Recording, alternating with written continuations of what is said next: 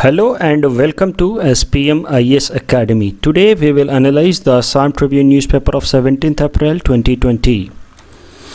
Please note you can download the PDF version of today's newspaper analysis by clicking the link given in the comment section. You can download the PDF version of March 2020 magazine from our website spmisacademy.com.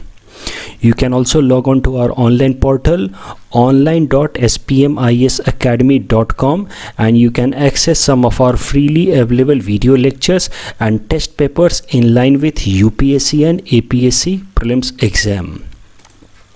This is the list of the topics that we will cover from today's newspaper. The first article is taken from editorial segment. It is about GCC and Indian economy. So in this article we will talk about importance of Gulf countries for Indian economy. We will also see why Gulf countries are very rich in oil and natural gas.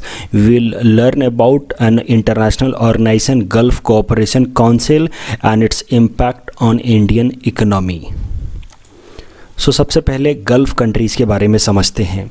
So all Arab speaking countries around Persian Gulf are known as Gulf countries. तो आप देख सकते हैं यहाँ पे हमने ये Indian Ocean का अरेबियन सी वाला पार्ट है, ये है स्ट्रेट ऑफ हॉर्मुज़, और फिर ये जो पार्ट यहाँ हमने रिप्रेजेंट किया है इट इज़ पर्सियन गल्फ़. और जो भी अरब लैंग्वेज बोलने वाले कंट्रीज़ हैं around this Persian gulf, they are known as Gulf countries, and all these countries are very much rich in oil and natural gas. Reason being the entire Persian Gulf is made up of continental shelf, and continental shelf are very much rich in oil and natural gas. ऐसा आपने basic अपनी geography class में ज़रूर पढ़ रखा होगा. So there are 7 countries around this Persian Gulf who speak Arabic language and they are known as Gulf countries, and they are Bahrain, Iraq, Kuwait, Oman, Qatar, Saudi Arabia and UAE, United Arab Emirates. Let us see about Gulf Cooperation Council. As I told you, this Persian Gulf is made up of continental shelf, so they are very much rich in oil and natural gas, and that is why the countries around this Persian Gulf, they are major producer and exporter of oil and natural gas, and in order to establish a coordination and cooperation amongst themselves, these countries have set up an organization known as Gulf Cooperation Council. The main objective of this Gulf Cooperation Council is to establish a coordination amongst these oil producing and exporter countries, so that overall the export of oil remain in tune with the international demand, ताकि international price stable बना रहे. GCC, that is Gulf Cooperation Council, includes 6 countries, that is Saudi Arabia, Kuwait, UAE, Qatar, Bahrain and Oman. तो ध्यान देने वाली बात यह है कि गल्फ़ कंट्रीज़ टोटल थे 7, लेकिन गल्फ़ कोऑपरेशन काउंसिल में बस 6 कंट्रीज़ हैं. इराक जो गल्फ़ कंट्री तो है लेकिन गल्फ़ कोऑपरेशन काउंसिल का हिस्सा नहीं है. And why Iraq is not part of Gulf Cooperation Council? The answer lies in conflict between Saudi Arabia and Iraq. तो सऊदी अरबिया जो मेजर कंट्री है ऑफ गल्फ़ कोऑपरेशन काउंसिल, जिसने ये Gulf Cooperation council को initiate किया है, उसकी hostility रही है ट्रेडिशनली अगेंस्ट इराक. तो इराक और सऊदी अरबिया के बीच में एक तरह की हॉस्टिलिटी होने के कारण कभी इराक गल्फ़ कोऑपरेशन काउंसिल का हिस्सा नहीं बन पाया. And the same reason is why Iran is also not part of Gulf Cooperation Council, क्योंकि ईरान और सऊदी अरबिया के बीच में भी लगातार हॉस्टिलिटी रही है. And that is why Iran and Iraq, both these countries are not part of Gulf Cooperation Council because of traditional hostility with Saudi Arabia. अब जरा समझते हैं importance of Gulf Cooperation Council on Indian economy. तो जैसा कि मैंने आपको बताया कि ये गल्फ़ कंट्रीज़ जो हैं, खासकर ये गल्फ़ कोऑपरेशन काउंसिल वाले countries, they are very much rich in oil and natural gas, and that is why they generate a lot of employment opportunities for unskilled and semi skilled workers from developing countries like India, Pakistan, Bangladesh. तो हमारे यहाँ से कई इस तरह के unskilled and semi skilled workers जाते हैं जिनको वहाँ इन गल्फ़ कंट्रीज़ में एम्प्लॉयमेंट अपॉर्चुनिटीज़ मिलती है. देखो 1960s में एकाएक से lot of oil wells were found in this Gulf countries. उसके बाद से जो वहाँ के लोकल नेटिव्स थे they suddenly became very rich, और वो वहाँ पे सेक हो गए, they became very rich native people. और फिर उन्होंने वहाँ पे ऑयल वेल्स में एक्सट्रैक्शन स्टार्ट कराया। उसके लिए उनको बहुत सारे वर्कर्स की, लेबरर्स की ज़रूरत थी, और वो लेबरर्स की रिक्वायरमेंट पूरी होती है from the major populous countries of south Asia like Pakistan, India, Bangladesh, Sri Lanka. तो यहाँ के लोग जाते हैं और वहाँ जाकर के काम करते हैं। तो इस तरीके से now this Gulf countries have become an important employment opportunities for Indian people. उसके अलावा जब इंडियन लोग यहाँ जाते हैं उनको हम कहते हैं एक्सपैट्रिएट्स या एक्सपैट्स, जो वहाँ जाकर के काम करते हैं। आपने भारत मूवी में भी देख रखा होगा जब 1960-70s में बोलते हैं कि एकाएक से तेल मिलता है इन गल्फ़ कंट्रीज़, तो उसके बाद बहुत सारे इंडियंस जाकर के वहाँ पे गल्फ़ कंट्रीज़ में काम करना शुरू कर देते हैं। तो जो इंडियंस जाकर के गल्फ़ में काम करते हैं, या इनफैक्ट कोई भी किसी भी दूसरे कंट्री में जाकर के अगर काम करता है तो उसको वहाँ पे एक्सपैट कहा जाता है। और इस तरह के इंडियंस जो जाकर के गल्फ़ कंट्रीज़ में काम करते हैं, Indian expats working in the gulf countries, they earn a lot of foreign exchange reserve, जो वापस से वो इंडिया में भेजते हैं इन टर्म्स ऑफ डॉलर्स, और इसको हम कहते हैं रेमिटेंस। तो गल्फ़ कंट्रीज़ का एक और फ़ायदा हमारे देश के लिए, हमारी इकोनॉमी के लिए, एक तो हमारे लिए वो एम्प्लॉयमेंट जनरेट करते हैं, दूसरा वो लोग जो वहाँ जाकर के नौकरी करते हैं वो बहुत सारा फॉरेन एक्सचेंज रिजर्व कमा करके हमारे देश में वापस भेजते हैं, जिसको हम कहते हैं remittance. So they become a good source of remittance. Expatriates और रेमिटेंस का यहाँ बेसिक डेफिनेशन मैंने आपको दे रखा है to avoid any confusion. Expatriates means workers going to some other country for employment. India का कोई इंसान अगर मान लो यूएस में, इंग्लैंड में कहीं भी जाकर के काम कर रहा है तो उसको हम बोलेंगे इंडियन एक्सपैट। वैसे ही कोई यूएस का आदमी या ब्रिटेन का आदमी इंडिया में आकर के काम कर रहा है तो उसको हम बोलेंगे foreign expats. And remittance is the foreign exchange reserve earned by the expats and source to their native country. और ये सारे लोग जो यहाँ काम करते हैं वो बहुत सारा रेमिटेंस हमारी कंट्री में भेजते हैं। तो in short, the importance of Gulf Cooperation Council for Indian economy is basically two. First, it generates employment for unskilled and semi-skilled workers of India. कुछ एक स्टेट में तो इतने सारे लोग जाकर के गल्फ़ कंट्रीज़ में काम करते हैं कि पूरा का पूरा उनका इकोनॉमी ही गल्फ़ के ऊपर बहुत ज़्यादा डिपेंडेंट रहता। For example, entire Kerala economy is known as Gulf economy, क्योंकि लगभग 20 लाख से भी ज़्यादा लोग गल्फ़ कंट्रीज़ में जाकर के केरला से काम करते हैं। सो केरला इकनॉमी को कभी कभार गल्फ़ इकनॉमी नाम से भी जाना जाता है। Second, as I told you, it is important source of foreign exchange earning for India. और इंडिया वैसे भी दुनिया में सबसे ज़्यादा रेमिटेंस अर्न करता है, तो हमारे लिए रेमिटेंस एक इम्पॉर्टेंट जरिया है फॉरेन एक्सचेंज रिजर्व कमाने का। और दुनिया की भले जितनी भी कंट्री हैं उनमें इंडिया ऐसा कंट्री है जहाँ से सबसे ज़्यादा रेमिटेंस बाहर से इंडिया के लिए आता है, यानी कि इंडियन एक्सपर्ट्स बाहर जाते हैं, वो रेमिटेंस अर्न करके इंडिया के लिए भेजते हैं। एंड इंडिया के बाद दूसरे नंबर पे चाइना आता है, who earns large amount of remittance, but only after India. Gulf countries का इंपॉर्टेंस आपको फिर से इससे समझ आएगा कि about 40% of India's total remittance comes from Gulf countries. Overall, India earns about $79 billion per year through remittance. उसका 40% यानी कि लगभग $32 बिलियन इंडिया हर साल गल्फ कंट्रीज से कमाता है through remittance.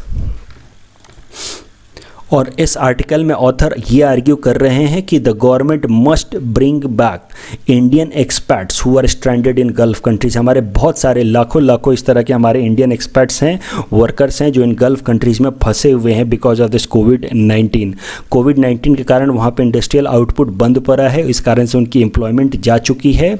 But the government for the time being has put moratorium on international travel, इस कारण से वो लोग इंडिया के अंदर अपने घरों को पहुँच नहीं पा रहे हैं।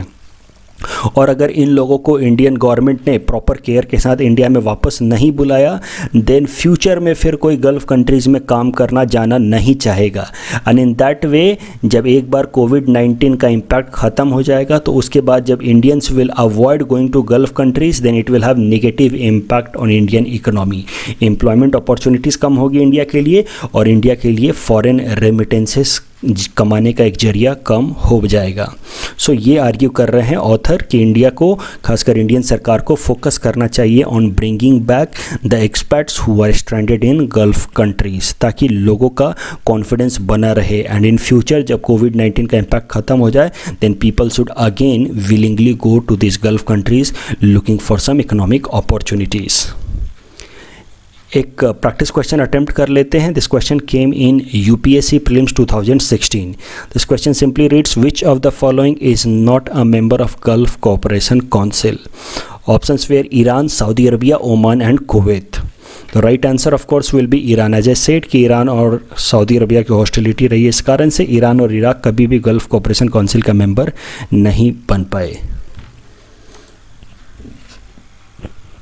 The next article is taken from international segment. It is about OPCW, that is Organization for Prohibition of Chemical Weapon and Syrian Civil War. And this topic is important from our syllabus paper 3 international relations point of view. सबसे पहले इस article को समझने के लिए हमें Syrian civil war का background समझना होगा। एंड सीरियन सिविल वॉर का बैकग्राउंड जो है वो बेस्ड है, रूटेड है इन अरब स्प्रिंग। अरब स्प्रिंग वैसे तो हम कई बार कवर कर चुके हैं और न्यूज़पेपर एनालिसिस, बट एक बार फिर यहाँ देखते हैं ब्रीफली।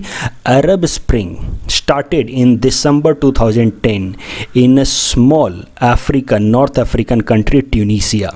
यहाँ पे एक डिक्टेटर रूल करते थे बेंगजाजी, और उनके अगेंस्ट यहाँ पे लोगों ने प्रोटेस्ट स्टार्ट कर दिया और फिर बेंगाजी को यहाँ से हटा दिया गया। सरल शब्दों में बोले तो there was a pro democracy protest that started in December 2010 in Tunisia, and as a result of this protest the dictator Benghazi was replaced in Tunisia।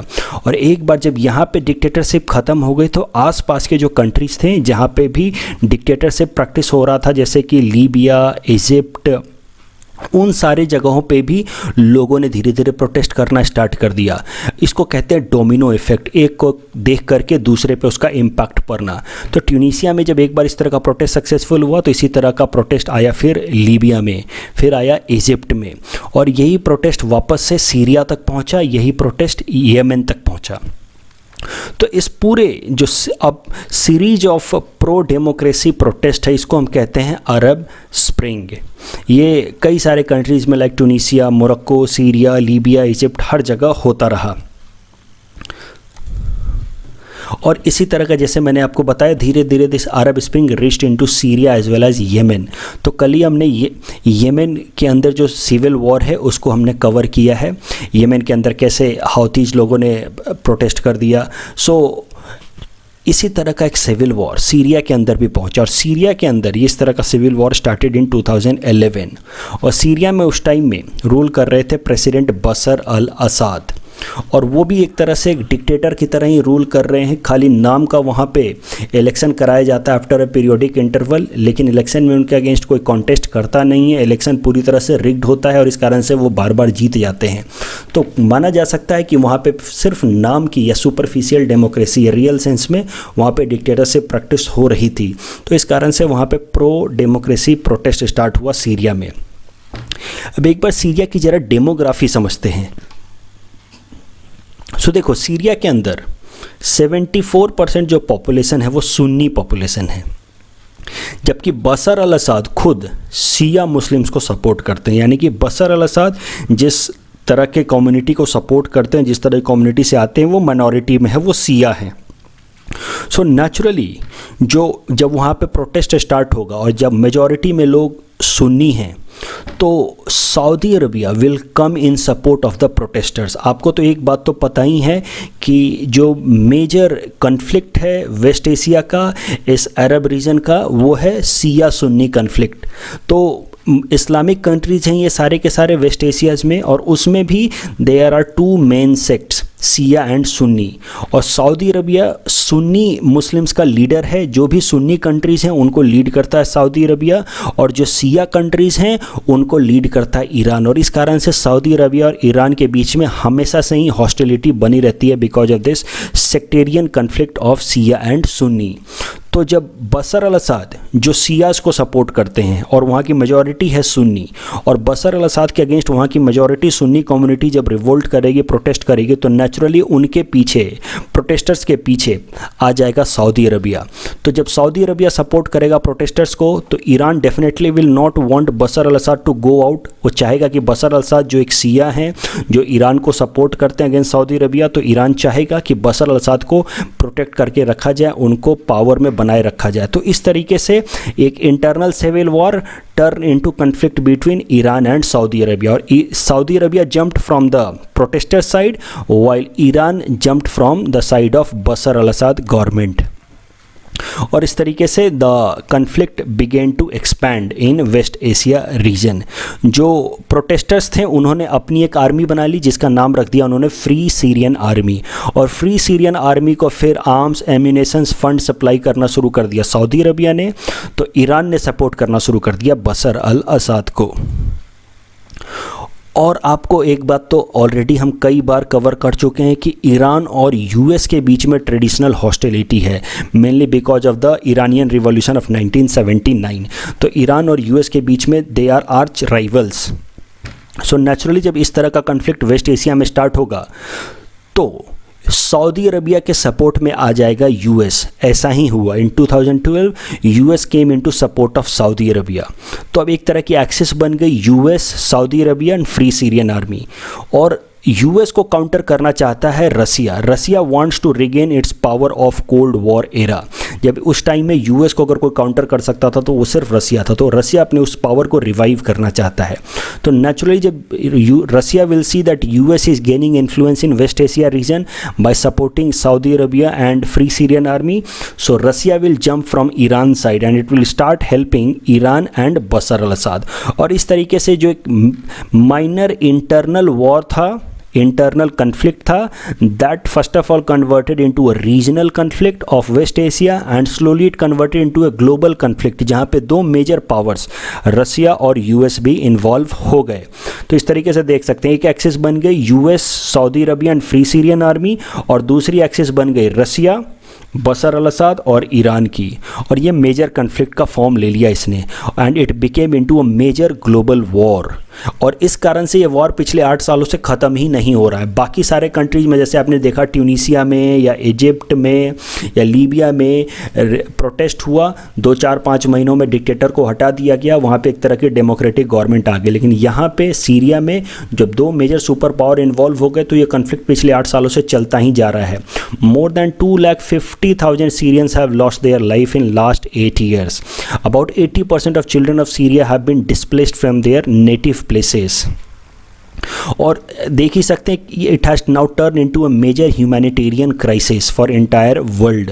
जितना सीरियन सिविल वॉर के कारण ह्यूमैनिटेरियन क्राइसिस हो रहा है, फिर भी इसको resolve नहीं कर पा रहे हैं हम लोग। Reason being the 2 major super powers Russia and US are engaged from opposite sides. This is another example of politicisation of United Nation Security Council. हाल फिलहाल में हमने कई सारे आर्टिकल कवर किए हैं where we have seen that the entire global order and global institutions have been politicized. They are not working in a democratic fashion. हाल फिलहाल में हमने देखा था कि कैसे WHO had failed the world in curbing the COVID-19. वैसे ही अब देख सकते हैं कैसे UNSC has failed the world in avoiding a humanitarian crisis like Syrian civil war. UNSC पिछले 8 सालों में उसने कुछ भी नहीं किया है in order to curb the Syrian civil war.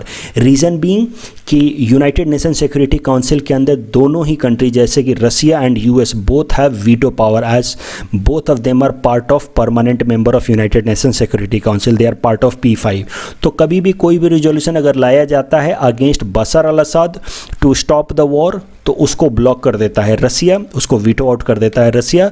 अगर कोई एक रिजोल्यूशन लाया जाता है against the revolutionary group free Syrian army तो उसको ब्लॉक कर देता है यूएसए। और इस कारण से कोई भी concrete long lasting sustainable solution नहीं लाया जा सका है on United Nation Security Council platform because of politics played by these 2 major powers on the platform of United Nation Security Council. Another example how global organisations, global institutions have failed in ensuring global justice and we needed to reorganize this.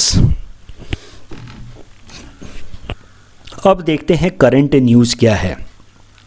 सो देखो 2017 में, जैसा कि मैंने आपको बताया 2012 से ये conflict चल रहा है दोनों साइड्स के बीच में। 2017 में सीरिया के एक पार्ट में केमिकल वेपन अटैक हो गया और उस केमिकल वेपन में sarin gas was used along with chlorine that led to death of some of the Syrian people. तो जब ये केमिकल वेपन अटैक हुआ सीरिया के अंदर, then an investigation was started by an international organisation named Organisation for prohibition of chemical Weapon OPCW। ये एक international organisation है जिसका ऑब्जेक्टिव है कि दुनिया भर के जितने भी केमिकल वेपन्स हैं उनको एलिमिनेट करना।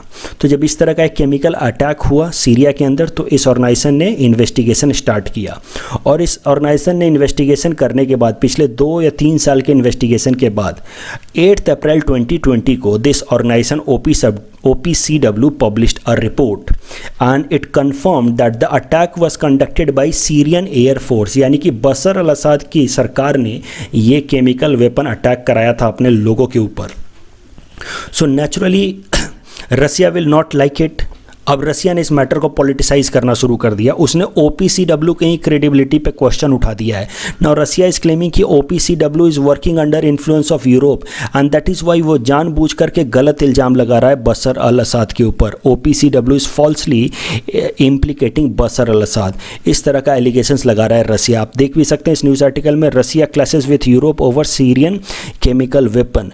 तो ये दोनों ही मेजर कंट्रीज, चाहे वो रसिया हो या US हो या इनफैक्ट चाइना हो, ये सारे कंट्री जो हैं वो जो भी हमारे ग्लोबल इंस्टीट्यूशंस हैं, ग्लोबल ऑर्डर हैं, उसको अपने वेस्टेड इंटरेस्ट से इस्तेमाल कर रहे हैं। इस केस में भी आप देख सकते हैं how Russia is trying to delegitimise OPCW।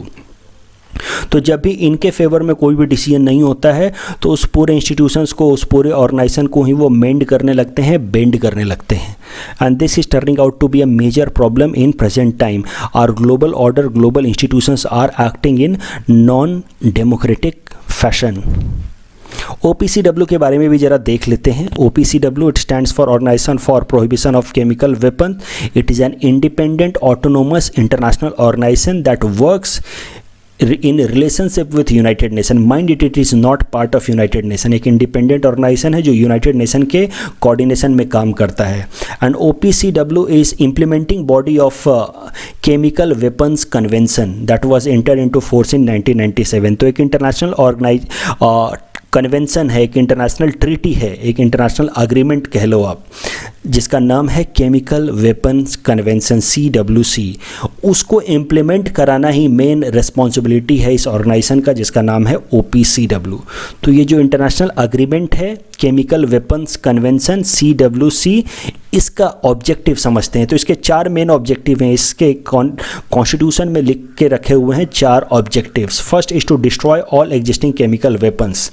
दुनिया भर में जो भी केमिकल वेपन्स हैं उनको फाइंड करना, उसको डिस्ट्रॉय करना। Second, to monitor chemical industry to prevent new weapons from re-emerging, provide assistance and protection to the state parties against chemical threats, and foster international cooperation to strengthen the implementation of peaceful use of chemical equipments and chemistry। तो ये सरल शब्दों में अगर बोले तो एक international organisation बनाया गया है OPCW, जिसका मेन ऑब्जेक्टिव है कि जो इंटरनेशनल अग्रीमेंट है केमिकल वेपन्स ऑन कन्वेंशन, उसके इम्पॉर्टेंट ऑब्जेक्टिव्स को इम्प्लीमेंट कराए। और केमिकल वेपन्स कन्वेंशन के इम्पॉर्टेंट ऑब्जेक्टिव ये है कि दुनिया भर में केमिकल वेपन्स जो भी हैं उनको फाइंड करके डिस्ट्रॉय करना और कोई नए केमिकल वेपन्स को ना बनने देना। एक बात आपको और ध्यान रखनी है from prelims exam point of view, that the organisation OPCW was awarded Nobel peace prize in 2013 for its extensive efforts to eliminate chemical weapons. So इस ऑर्गेनाइजेशन ने इराक से बहुत सारे केमिकल वेपन्स को फाउंड किया था और उसको डिस्ट्रॉय किया था। इस कारण से इस ऑर्गेनाइजेशन को नोबेल पीस प्राइज दिया गया था इन 2013। The next article is again taken from international segment. It is about Comprehensive Test Ban Treaty CTBT. This topic is again important from our syllabus paper 3 international relations point of view. तो जरा news समझते हैं ये news क्या है, then will see about CTBT। तो हाल फिलहाल में US ने एलिगेशंस लगाए हैं, अमेरिका ने एलिगेशंस लगाए हैं कि चाइना ने सीक्रेटली एक न्यूक्लियर एक्सप्लोजन किया है।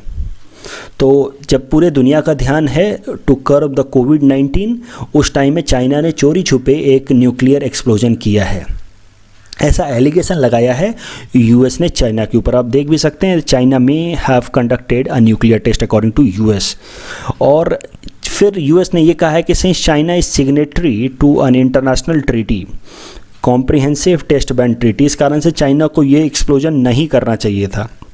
और इस पर जवाब देते हुए ऑफ कोर्स चाइना ने कहा है कि ये एलिगेशंस फॉल्स हैं, इस तरह का कोई भी न्यूक्लियर एक्सप्लोजन चाइना ने नहीं किया है। तो एक बार जरा देखते हैं ये इंटरनेशनल ट्रीटी है क्या, comprehensive test ban treaty. It's a global treaty that aims to ban all forms of nuclear explosion across the world. It was proposed in 1996.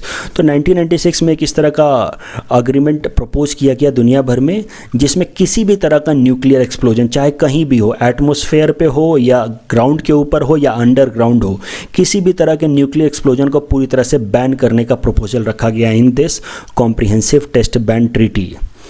और इसमें एक प्रोविज़न रखा गया कि जब दुनिया के सारे कंट्री जिनके पास न्यूक्लियर टेस्टिंग कैपेबिलिटी है, टेक्नोलॉजी है, वो सारे कंट्री जब एक बार मान जाएंगे और साइन कर देंगे और इस ट्रीटी को रेटिफाई कर देंगे, तब जाकर के ये ट्रीटी इन्फोर्स हो जाएगा, मतलब उसके बाद से ये ट्रीटी एप्लीकेबल हो जाएगा। तो समझो there are 44 countries in the world who have nuclear technology capacity to conduct nuclear explosion. तो सरल शब्दों में इस ट्रीटी के हिसाब से, इसके प्रपोजल के हिसाब से, जब ये 44 कंट्रीज मान जाएंगे कि now on they will not conduct any nuclear explosion in future, तभी जाकर के ये ट्रीटी इम्प्लीमेंट होगा। और एक बार जब इम्प्लीमेंट हो जाएगा, इसका मतलब है कि इसके बाद से every country will be bound not to conduct any sort of nuclear explosion. But the problem is कि out of these 44 countries only 35 countries have signed and ratified this comprehensive test ban treaty। तो खाली 35 ने इसको sign किया और ratify किया, इस कारण से अभी तक ये कॉम्प्रिहेंसिव टेस्ट बैन ट्रीटी पूरी तरह से इनफोर्सिएबल नहीं है। इस पॉइंट को एक बार फिर से इस इमेज की मदद से समझो। CTBT जैसा मैंने आपको कहा 1996 में प्रपोज किया गया, और इसमें कहा गया कि it can become legally enforceable only if all 44 countries who have nuclear capabilities facilities sign and ratify it. But the point is, or the problem is that out of these 44 countries only 35 have signed and ratified, 6 have signed it but have not ratified, while 3 have neither signed nor they have ratified।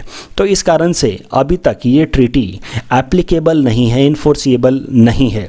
एक बार जरा basic difference समझ लेते हैं between signing and ratification. अक्सर मैंने देखा students को इसमें कन्फ्यूजन होता है, what is difference between sign and ratification. तो समझो कैसे एक इंटरनेशनल ट्रीटी इस्टेब्लिश होती है, कैसे एक इंटरनेशनल ट्रीटी अग्री होती है, इसको इन्फोर्स किया जाता है। तो दुनिया भर की सरकारें उस ट्रीटी के जो पॉइंट्स हैं, प्रोविजंस हैं, उसको नेगोशिएट करती हैं, आपस में डिस्कस करती हैं। इसमें कई साल लगते हैं। So government negotiate and then the final draft is published, जिस पे सरकारें साइन करती हैं। जो गवर्नमेंट के रिप्रेजेंटेटिव होते हैं, चाहे प्रेसिडेंट या प्राइम मिनिस्टर, वो साइन करते हैं that yes now they agree to implement this. तो मान लो हमारे देश के प्रधानमंत्री किसी भी इंटरनेशनल ट्रीटी को साइन करके आ गए, इसका मतलब ये है कि इंडिया अब अग्री करता है कि इंडिया इसको इम्प्लीमेंट करेगा, लेकिन इसका मतलब ये नहीं है कि इंडिया ने पूरी तरह से इसको एक्सेप्ट कर लिया है। अब उस ट्रीटी के ला करके पार्लियामेंट के सामने रखना होगा और पार्लियामेंट से अप्रूवल लेना होगा, और एक बार जब पार्लियामेंट इसको अप्रूव कर देगी, then we say that now this treaty has been ratified and now India has accepted to implement it in legal sense. So there are 2 steps, signature and ratification. Signature does not create a binding legal obligation. It just demonstrates that the country has intention to implement it, but it is not binding. एक बार जब सरकारें sign कर देती हैं, जैसे prime minister या president sign कर दें, उसके बाद जब पार्लियामेंट उसको एक्सेप्ट कर लेता है, then we say that it has been now ratified, and now country India, or for that matter any other country, once it ratifies, then it says कि now we are ready to accept it in legal sense. So this is the difference between signature and ratification. तो जैसा कि मैंने आपको बताया कि out of 44 countries जिसके पास nuclear capabilities हैं, न्यूक्लियर एक्सप्लोजन करने की कैपेबिलिटीज़ हैं, जब तक ये 44 के 44 कंट्रीज़ इस ट्रीटी को साइन नहीं करते और रेटिफाई नहीं करते, तब तक ये treaty comprehensive test ban treaty applicable नहीं होगा, इन्फोर्सिएबल नहीं होगा। 35 countries have signed and ratified, 6 have signed but not ratified and they are China, Egypt, Indonesia, Iran, Israel and the United States of America. और 3 ऐसे countries हैं जिन्होंने ना sign किया है ना ही उन्होंने रेटिफाई किया, and they R India, Pakistan and north Korea. ये 3 नाम आप जरूर याद रखना। सीटीबीटी से रिलेटेड इस साल यूपीएससी प्रीलिम्स में एक सवाल आने के चांसेस बहुत ज़्यादा हैं। तो India has neither signed it nor ratified it along with Pakistan and north Korea. तो एक बार जरा ये भी ब्रीफली समझ लेते कि why India has opposed signing CTBT. India के हिसाब से ये जो कॉम्प्रिहेंसिव टेस्ट बैन ट्रीटी है ये डिस्क्रिमिनेटरी नेचर का है। वो 44 कंट्रीज जिन्होंने न्यूक्लियर एक्सप्लोजन कर लिया है अभी तक, जिन्होंने अपनी कैपेबिलिटी डेवलप कर ली है, उनको एडवांटेज मिल जाएगा, जबकि बाकी सारे ऐसे कंट्रीज़ हैं जिनको ने अभी तक न्यूक्लियर एक्सप्लोजन नहीं किया है और वो फ्यूचर में भी नहीं कर पाएंगे। सो इस तरीके से एक डिस्क्रिमिनेशन होगा against those countries who have not conducted nuclear explosion so far. So India consider this proposal of comprehensive test ban treaty a discriminatory. So इंडिया का प्रपोजल है that there should be complete nuclear disarmament. जो उन countries के पास nuclear explosion capacity है और जिन्होंने nuclear weapon बना लिया, उनको अपने जो बने हुए न्यूक्लियर वेपन्स हैं उनको भी अबैंडन करना चाहिए, स्क्रैप करना चाहिए, खत्म कर देना चाहिए। That would be the right way to go. Otherwise this treaty will remain discriminatory. जिन्होंने बना लिया उनके पास तो न्यूक्लियर वेपन रहेगा ही, इंक्लूडिंग इंडिया। इंडिया ने भी बना लिया है, but India is in favour of complete डिसआर्मामेंट। अगर बाकी सारे कंट्रीज जिनके पास न्यूक्लियर वेपन है और टेक्नोलॉजी है, अगर वो अग्री करते हैं डिसआर्मामेंट का, यानी कि अपने सारी न्यूक्लियर जो वेपन्स हैं उसको पूरी तरह से स्क्रैप करने का, तो India is also ready to scrap its nuclear weapon. दूसरा है, India believes that this treaty is insufficient, it can not stop world countries from conducting nuclear explosions. इस ट्रीटी में लिखा गया है कि कोई भी कंट्री, इसका प्रपोजल है कि कोई भी कंट्री ना एटमॉस्फेयर में, ना लैंड पे या ना अंडरग्राउंड एक्सप्लोजन कर सकता है, सो दैट कि वो अपना न्यूक्लियर कैपेसिटी को और बिल्ड कर सके। तो उम्मीद की जाती है कि इस तरह का कंट्रोल लगाने के बाद कोई भी कंट्री फर्दर न्यूक्लियर एक्सप्लोजन नहीं करेगा, और इस कारण से जो भी न्यूक्लियर वेपन्स हैं उनका कैपेसिटी वही रह जाएगा। उससे हायर स्ट्रेंथ का, हायर कैपेसिटी का न्यूक्लियर वेपन कोई कंट्री नहीं बना पाएगा, because in future they can not conduct more explosions. लेकिन इंडिया का मानना है कि ये कंडीशंस, ये क्राइटेरिया इनसफिशिएंट है। आज का जो टेक्नोलॉजी का ज़माना है, इस ज़माने में कोई ज़रूरी नहीं है कि a country needs to do physical explosion only in order to expand its nuclear capacity. आजकल सिमुलेटेड लेबोरेटरी टेस्टिंग भी हो सकती है, कंप्यूटर के थ्रू भी सिमुलेटेड टेस्टिंग करके भी कंट्रीज अपना न्यूक्लियर कैपेसिटी को इवॉल्व कर सकता है, बिल्ड कर सकता है। तो इंडिया का मानना है कि पहला तो कंप्लीट डिसआर्मामेंट होना चाहिए, और दूसरा किसी भी तरह का nuclear explosion neither in atmosphere nor on ground nor in underground plus nor in a simulated laboratory, किसी भी तरीके का एक्सप्लोजन नहीं होना चाहिए। लेबोरेटरी के अंदर भी इस तरह का टेस्ट नहीं होना चाहिए। इंडिया बिलीव्स कि लेबोरेटरी के अंदर भी लोग टेस्टिंग करके, कंप्यूटर फैसिलिटीज़ पे भी टेस्टिंग करके अपनी न्यूक्लियर कैपेबिलिटीज़ को बिल्ड कर सकते हैं। सो ये सारे प्रोविजंस इंडिया ने प्रपोज किए हैं, and India has said that unless these provisions are added in the content of comprehensive test ban treaty, India won't sign it. In our segment 400 most probable topics for upcoming UPSC prelims 2020, today we will cover topic number 181 to 185.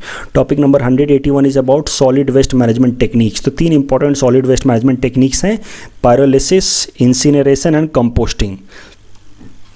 Pyrolysis is a process of combustion in absence of oxygen. इस बात को ध्यान रखना, absence of oxygen, इसी से सवाल उठेगा।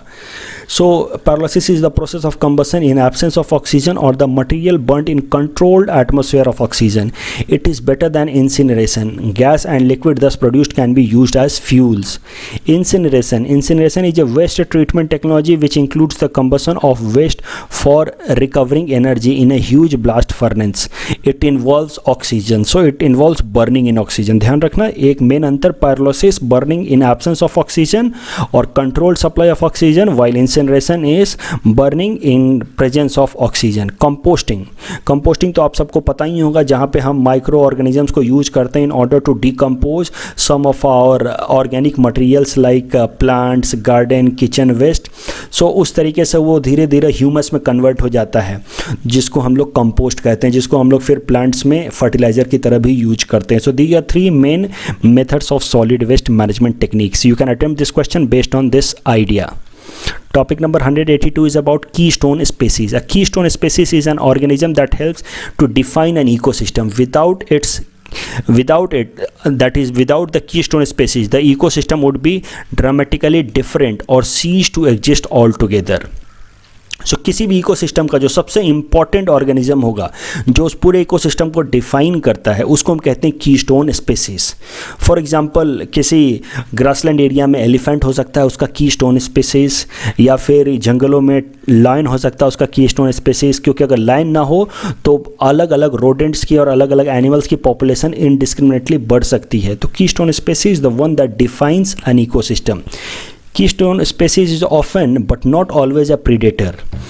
Just a few predators can control the distribution and population of large number of prey species. That is why in general a predator और a carnivorous animal is known as a keystone species. जैसा कि मैंने आपको बताया, जंगलों में lion को keystone species माना जाता है, क्योंकि अगर लायन ना हो तो बाकी सारे एनिमल्स की पॉपुलेशन बहुत ज़्यादा बढ़ सकती है. But that is not a fixed criteria. Some herbivores can also be keystone species like elephants. तो सवाना जंगलों के अंदर, grasslands के अंदर elephants are considered to be a keystone species. So we have given you a practice question with respect to this particular topic. You can attempt this. Next is indicator species. Indicator species describes an organism that is very sensitive to environmental changes in an ecosystem. तो indicator species उसको बोलते हैं जो किसी भी ecosystem के अंदर थोड़े बहुत भी अगर changes आए तो उसको represent करता है, उसका एक indicator बनता है. For example, fishes are indicator species of water body. अगर वाटर बॉडी थोड़ा भी पॉल्यूट होगा तो आप देखेंगे कि fish starts dying. So they are indicator species of that ecosystem. In this particular case fishes are indicator species of marine ecosystem. We have given you a practice question with respect to this topic. You can attempt this. Topic number 184 is about national tiger conservation authority. ये topic इस साल फिर से important है, क्योंकि इसी साल यानी कि 2019 में टाइगर सेंसस का रिजल्ट आया था, तो उससे रिलेटेड सवाल उठ सकता है. National tiger conservation authority is a statutory body under ministry of environment, forest and climate change. And वैसे तो ये this national tiger conservation authority comes under wildlife protection act 1972. लेकिन ये जब वाइल्ड लाइफ प्रोटेक्शन एक्ट 1972 लाया गया था, उस टाइम में इसको नहीं ऐड किया गया था अंडर दिस. 2006 में वाइल्ड लाइफ प्रोटेक्शन एक्ट को अमेंड किया गया और अमेंड करके नेशनल टाइगर कंजर्वेशन अथॉरिटी को क्रिएट किया गया है. So national tiger conservation authority is a statutory body created under wildlife protection act in 1972 as a result of amendment that was brought in 2006. And National Tiger Conservation Authority conducts Project Tiger. It also conducts tiger census every 4 years. And Project Tiger is a centrally sponsored scheme under Ministry of Environment, Forest and Climate Change, providing fund support to tiger range states in situ conservation of tigers in designated tiger reserve. We have given you a practice question with respect to this topic. Please attempt this. Topic number 185 is about wild life protection act. तो wild life protection act के अंदर देखो 6 schedule बनाए गए हैं. इन 6 schedule में plants और animals को अलग अलग कैटेगरीज में डिवाइड किया गया है, और इन अलग अलग शेड्यूल्स में अलग अलग लेवल का प्रोटेक्शन दिया गया है to plants and animals. So schedule 1 and part of schedule 2 में उन सारे एनिमल्स को रखा गया है जिनको एब्सोल्यूट प्रोटेक्शन दिया गया है, और उनकी हंटिंग करने पे हाईएस्ट पनिशमेंट दिया जाता है. फॉर एग्जांपल आपको पता होगा ब्लैक बक की हंटिंग करने पे सलमान खान वाज सेंटेंस्ड, तो because black buck was kept under schedule 1 of wildlife protection act. तो जो भी एनिमल्स शेड्यूल 1 या शेड्यूल 2 में हैं of wildlife protection act, उनको एब्सोल्यूट प्रोटेक्शन है. जो शेड्यूल 3 और शेड्यूल 4 में है उनको भी प्रोटेक्शन है, बट वहाँ पे पेनल्टी दिया जाता है, कोई हायर पनिशमेंट नहीं होता. शेड्यूल 5 में वो एनिमल्स रखे गए हैं जिनकी हंटिंग की जा सकती है, for example rat, crow, fruit bats. जबकि शेड्यूल 6 में प्लांट्स को रखा गया है, वो प्लांट्स जिनका कल्टिवेशन प्रोहिबिटेड है या वो प्लांट्स जिनका काटना प्रोहिबिटेड है, जिनको हम कट नहीं कर सकते. We have given you a practice question with respect to this particular topic. You can attempt this. This is answer of question number 176 to 180 that we had given in yesterday's newspaper analysis. Today we have given you question number 181 to 185. You can attempt those questions and you can give your answer in the comment section. We will be sharing answer of these questions in tomorrow's newspaper analysis. That's all from our side for today. Thanks for watching.